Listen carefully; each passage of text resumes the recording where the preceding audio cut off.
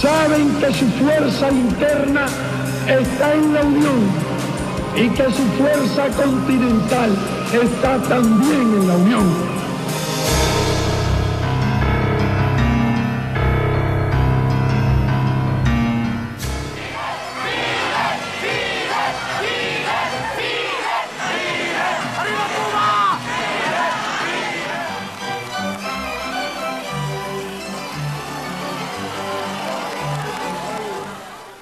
No es aventurado pensar desde el punto de vista político en una asociación de estados latinoamericanos. ¿Por qué no pensar en eso? Que fue el sueño original de nuestros libertadores. ¿Por qué seguir fragmentados?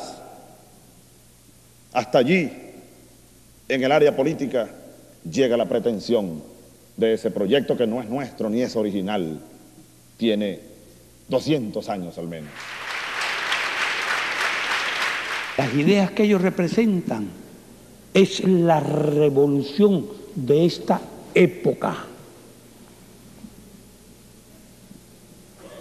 Y si aquí hablamos de la cubanía, con motivo de la presencia de Hugo Chávez, podemos hablar de la latinoamericanía. Esas son las ideas de esta época. Ese es el antiimperialismo de esta época. Y eso nos hace sentir la necesidad de Bolívar y Martí, más que nunca. ¡Vivan las ideas de Bolívar! ¡Vivan! ¡Vivan las ideas de Martí!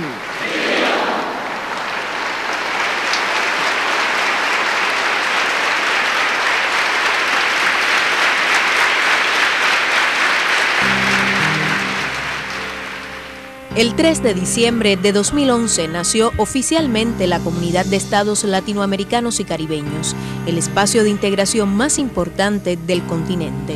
Por primera vez se reunían los 33 países de la región sin Estados Unidos. Por primera vez se materializaba el sueño de los próceres independentistas de ver a una América unida, justa y soberana, comprometida con un destino común. Pero mucho camino tuvo que andar la América para fundar el mecanismo regional más significativo de los últimos años. Fue Simón Bolívar quien primero trató de impulsar una confederación de repúblicas de la América hispana con la idea de crear la más grande nación del mundo, menos por su extensión y riquezas que por su libertad y gloria. Después de encabezar la revolución contra la metrópolis española y fundar la Gran Colombia, Bolívar no tardó mucho tiempo en advertir de forma visionaria las verdaderas apetencias imperialistas en la región. Estados Unidos parecían destinados por la providencia para plagar la América de miseria en nombre de la libertad. Y es que Estados Unidos, desde los primeros intentos de asociación continental, boicoteó todo proyecto de unidad entre los pueblos de la región con el fin de garantizar la dominación política, económica y militar sobre el continente. Años después, José Martí, el apóstol de Cuba, seguidor del pensamiento bolivariano, escribía el ensayo Nuestra América con un profundo antiimperialismo. Yo vengo de todas partes. El líder de la revolución cubana, Fidel Castro, continuador del ideario martiano y bolivariano, comprendió tempranamente la necesidad de crear una alianza común de naciones que pudiera hacer frente al imperialismo y sus intereses expansionistas. En su programa político La historia me absolverá, el joven abogado que luego organizaría la última guerra de liberación en Cuba, convirtió el pensamiento de José Martí en guía de acción como defensor del legado latinoamericanista del siglo XIX.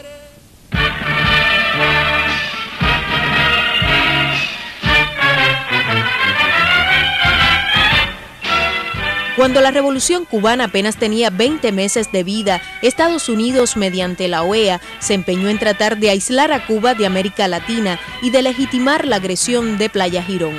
En la primera declaración de La Habana, Fidel rechazó el dominio imperialista y reafirmó su fe en que la región marcharía pronto unida y vencedora.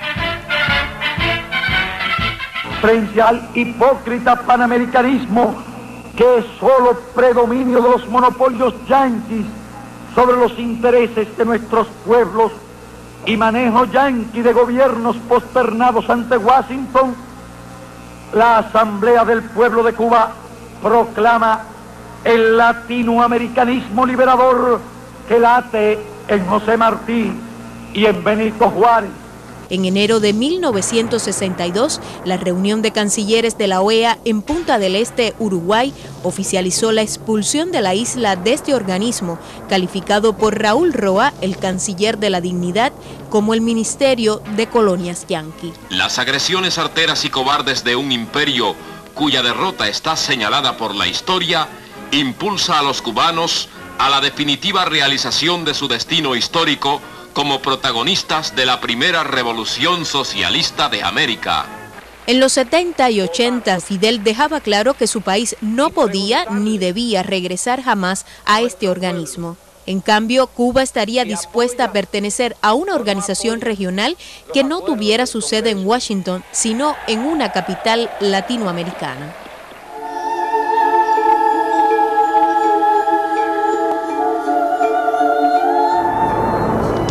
La década del 90 marcó el comienzo de una nueva época para América Latina. La caída de las dictaduras militares en el continente y el fracaso de la política norteamericana para aislar a Cuba de la región favoreció la participación de la mayor de las Antillas en las cumbres iberoamericanas. El líder histórico de la revolución aprovechó estos espacios para defender nuevamente la invariable fidelidad de la isla a los principios de unidad e integración latinoamericana y caribeña. Lo esencial de esta reunión y lo que le daría su verdadero sentido histórico es la decisión de aunar nuestros esfuerzos y nuestras voluntades hacia la integración y la unidad de América Latina, no solo económica, sino también política. A esa América Latina integrada y unida, Cuba está dispuesta a pertenecer, a discutir con ella cualquier tema e incluso a derramar su sangre defendiendo lo que es hoy la primera trinchera de la independencia y soberanía de nuestros pueblos. Siempre me he preguntado si es posible el futuro, si es posible la independencia, la seguridad y el desarrollo de nuestros países, si son posibles sus sueños de bienestar y de justicia social, sin la más estrecha unión de sus economías y de sus fuerzas. Si no tomamos conciencia plena de estas realidades, si cerramos los ojos y no actuamos con la unidad, la lucidez y la energía que este momento crucial de nuestra historia exige, ¿qué será de nuestros estados en el siglo XXI? Para mantener el control en el continente que siempre consideró su traspatio, Estados Unidos convoca a las Cumbres de las Américas, un nuevo mecanismo de influencia en la región que trata de revitalizar en los 90 a la ya desgastada OEA. En esta iniciativa norteamericana se excluye una vez más a Cuba. Pero en las cumbres celebradas de 1994 al 2012 ocurrieron hechos significativos que marcaron el viraje de los planes de Washington. Nulo 5.98%. Hugo Chávez Frías, 2.794.062 votos.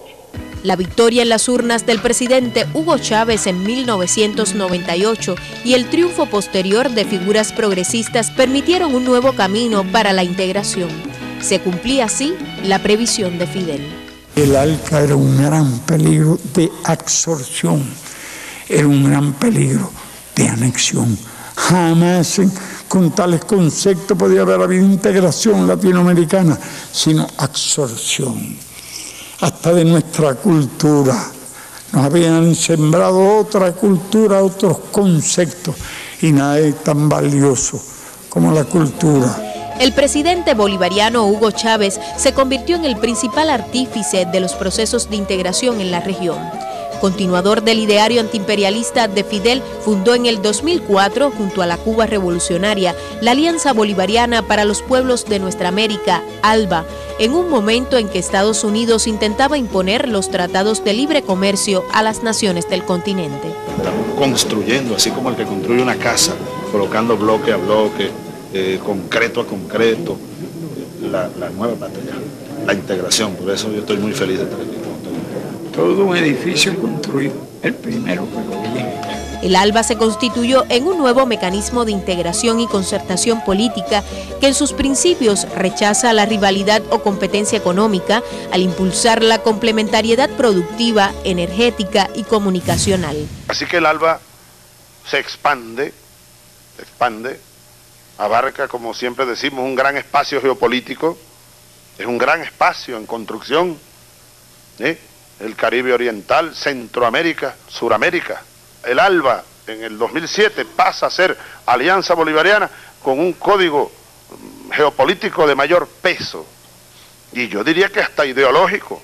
Queremos hacer nuestro aporte desde Bolivia, desde los movimientos sociales, aportar a esta gran unidad de Latinoamérica y del Caribe, una unidad por la vida, una unidad por la dignidad, una unidad por la identidad y sobre todo unidad para liberar a toda Latinoamérica.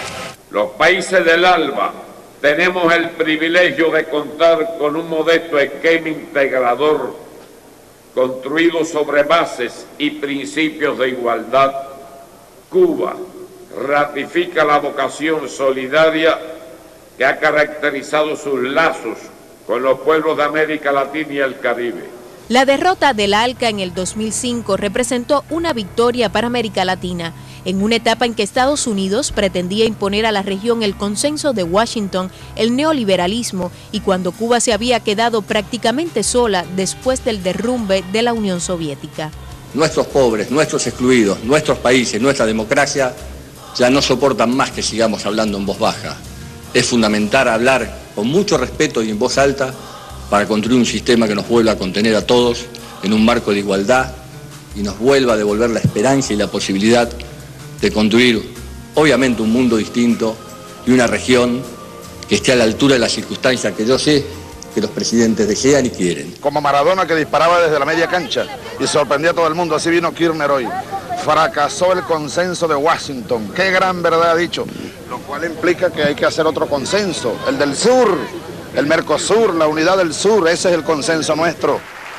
La Cumbre de las Américas en Cartagena convirtió la ausencia de Cuba y la necesidad de poner fin a su exclusión en el punto cardinal del debate. Otro ejemplo de las consecuencias de no superar los paradigmas del pasado, de la ausencia de puentes y de creatividad, es el caso de Cuba. El aislamiento, el embargo, la indiferencia, el mirar para el otro lado, han demostrado ya su ineficacia. En el mundo de hoy no se justifica ese camino. Es un anacronismo que nos mantiene anclados a una era de Guerra Fría, superada hace ya varias décadas. ¿Cómo se define país americano? De acuerdo a lo que conviene a las simpatías o antipatías de un país que se cree el dueño de nuestra América. No, entonces tienen que existir esa cumbre todos los países americanos.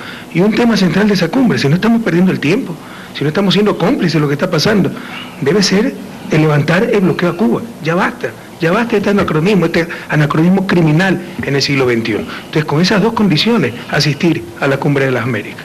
Yo pienso que con este llamado que nos está haciendo Rafael, estamos a tiempo. Primero, de definirle nombre a esa reunión.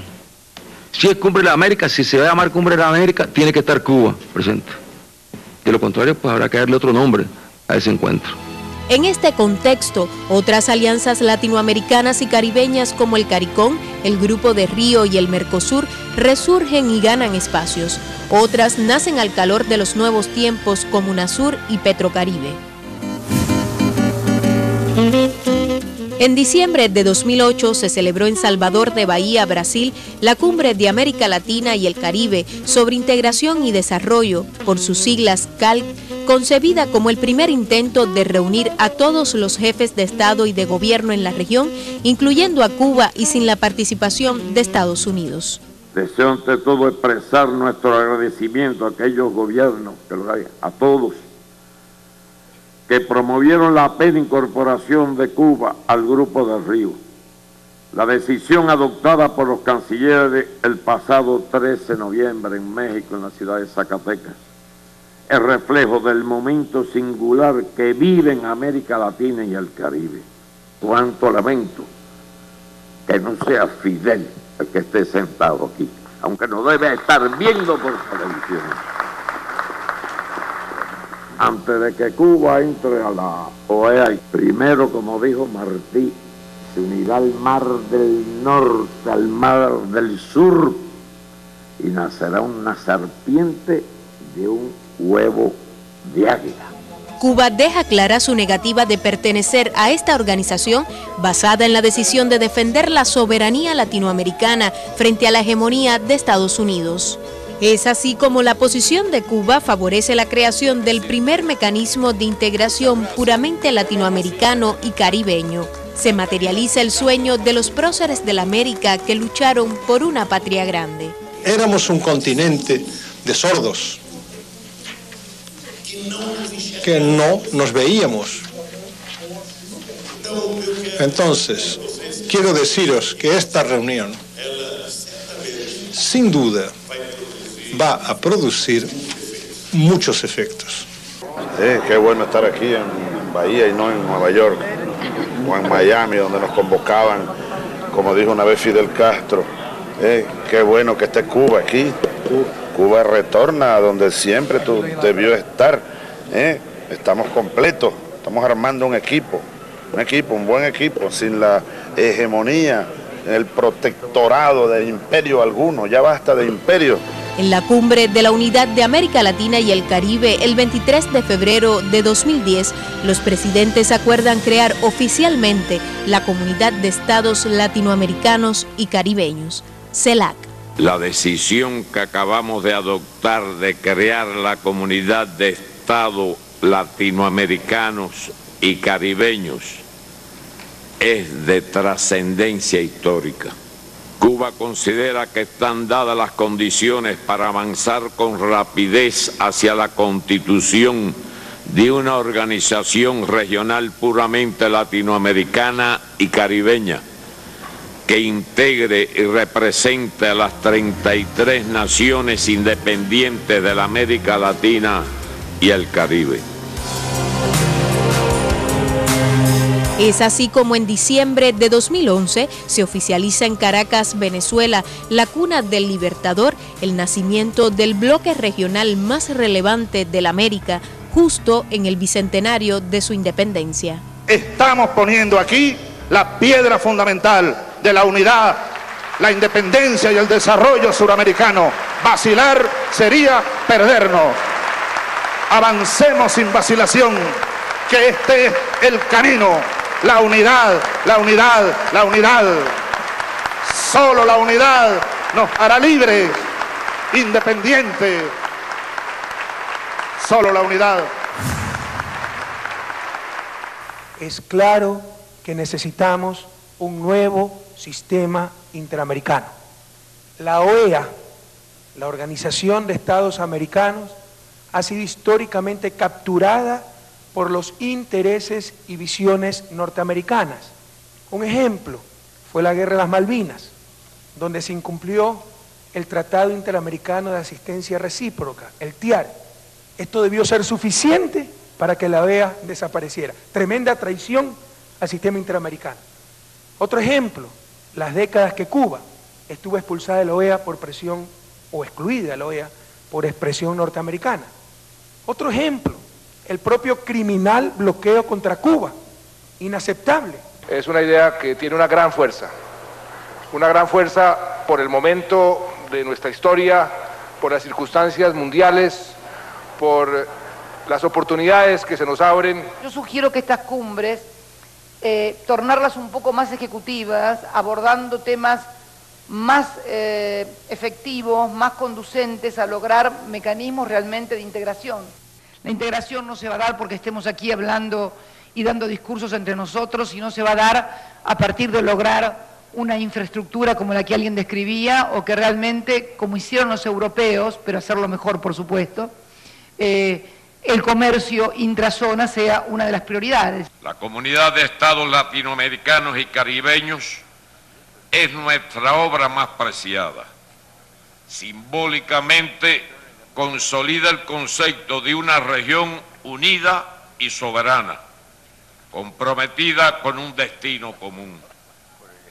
En términos estratégicos, nos brinda el instrumento político requerido para unar voluntades, respetar la diversidad, resolver diferencias, cooperar por el bien de nuestros pueblos y solidarizarnos los unos con los otros.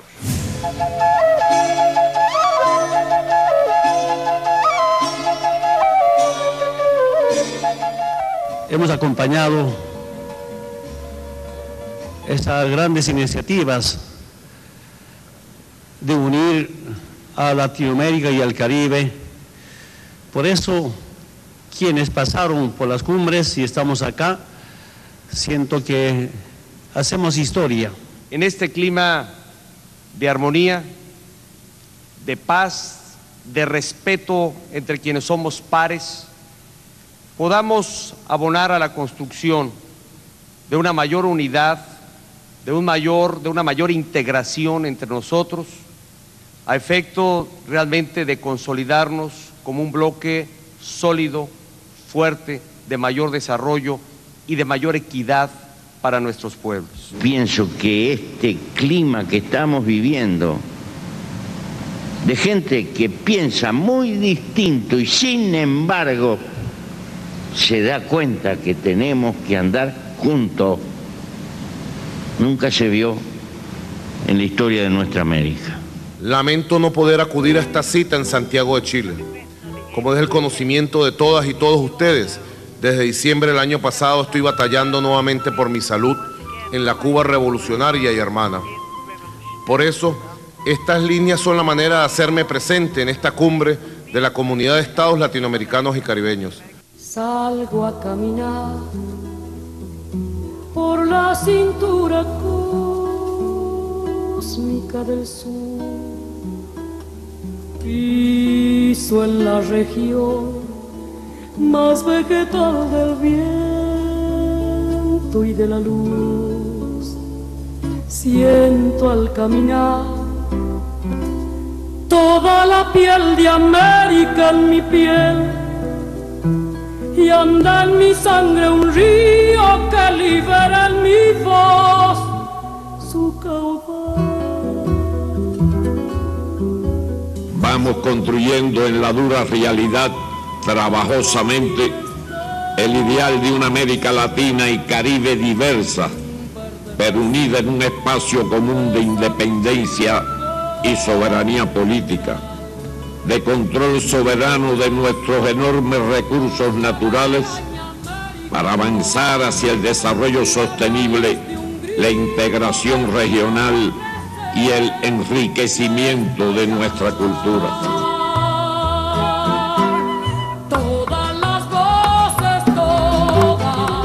La mayor de las Antillas asumiría la presidencia pro tempore durante el 2013. Bienvenido, don Raúl Castro, y lo felicito. Gracias. Y le entrego el mando.